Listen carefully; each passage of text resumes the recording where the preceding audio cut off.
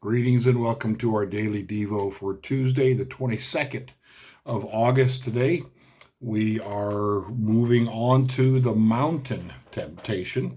The first one was the bread, turn the rocks into bread. The second was the temple, was a prove it, I dare you kind of thing that Satan tried to pull on Jesus. Today's the mountain temptation that you'll find. Again, it's in Matthew 4, but this is 8 through 11. Luke 4, verses 5 through 8. The verse that's quoted here for us today is Matthew chapter 4, verse 10. Worship the Lord your God and serve him only. And serve him only. The point of this lesson today, this Devo, is to remind us that God is the only legitimate object of our worship. It's not always easy to detect what we're worshiping. We can say it's God, but it may be other things around God that we like better than having to come face to face with him. So let's see what our author has to say today. Again, I should be reminding you regularly, our author is John A. Beck. The book we're using is a walking tour of the Gospels. Again, this today's devotion is entitled Mountain Temptation. It is human nature to avoid unpleasant circumstances. The devil sought to exploit this instinctual response during a mountain-based temptation. In it, the devil offered Jesus a path to kingship, but without the cross, a path that required Jesus to recognize the devil as a legitimate object of worship. Matthew says that the temptation occurred on a very high mountain in Matthew 4:8. The promised land is filled with mountains, but as our eyes scan the horizon, one stands out above the others. North of the Sea of Galilee, Mount Hermon rises to 9,232 feet, or if you're into meters, 2814 meters in elevation, towering well above its nearest competitor, which is Mount Meron, which is only 3,963 feet. So that's 2,000 plus feet shorter. Its profile fills the horizon. And we're talking about Mount Hermon, covering an area of 270 square miles. Wow. Merchants moving trade goods between world markets wanted nothing to do with the tundra and snowfields on its towering summit. So they squeezed past using the well-worn paths they traveled below its sprawling flanks. Their choice compressed merchants and their commodities into a narrow line of travel, making it the perfect place for the devil to show Jesus representatives of all the nations and their splendor. The devil quickly put this location to work in a temptation filled with lies. The fallen angel presented himself as a legitimate object of worship who had the ability to give Jesus what the Father had promised to give his Son. And here's the lie that Satan uses. Ask me, and I will make. Actually, this is God's promise. My mistake.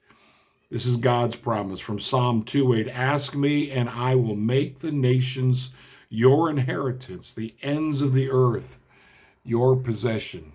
You think the devil doesn't know the scriptures? He does. In the end, the Father and the devil offered Jesus the same thing, kingship, but by different paths. That's the key. By different paths. The devil offered Jesus kingship without the cross, so long as Jesus would recognize him as a legitimate object of worship.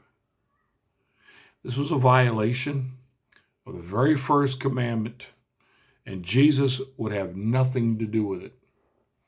Alluding to the language of Deuteronomy 6:13, he asserted that God alone was legitimate object of worship. The temptation comes to a quick close. The devil would not be worshiped, and there would be no kingship, not the right, legitimate one, without the cross. Without the cross. This is how the devil works. He's worked like this in my life throughout my 67 years of life. He promises something to us that we should be relying on God for, that we should be looking to God for, that God has actually promised to us. But his way looks hard. Take up my cross daily? Really? And follow you? Versus, hey, have some fun along the way. You still get to have what you want to have. It's how he operates. He's a liar. Jesus calls him that. Says he's the father of lies. Jesus calls him that. And so we can't trust a thing he says. Oh, he's so good at it. He's so good at his lying. And much like we're seeing today, so good at lying, selling us on what he says is the truth, when in reality,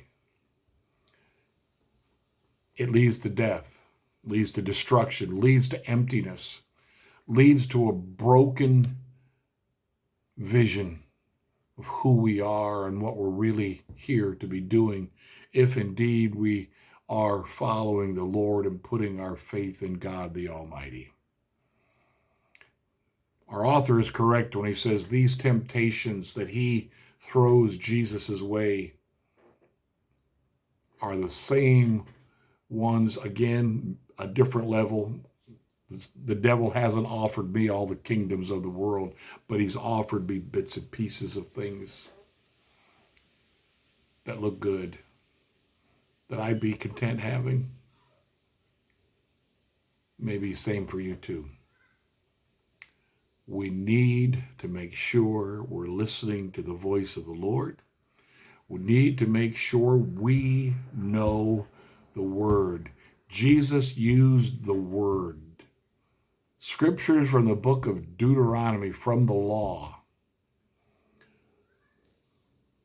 to put up his defense against the lies of the enemy.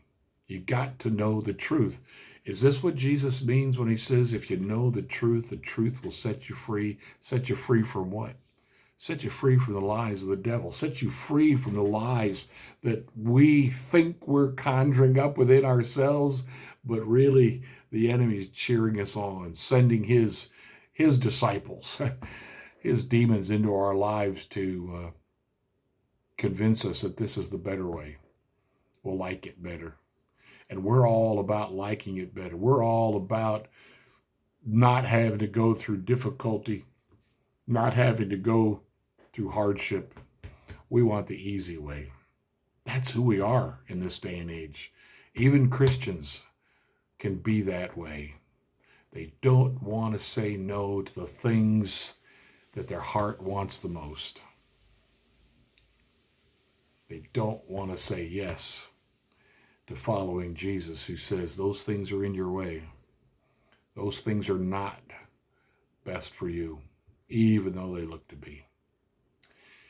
We have an enemy who's tireless. He's been at this now for centuries upon centuries, lying, fooling us, misleading us, getting us into his trap. Let's be wiser. Let's be smarter than that. Blessings to you today.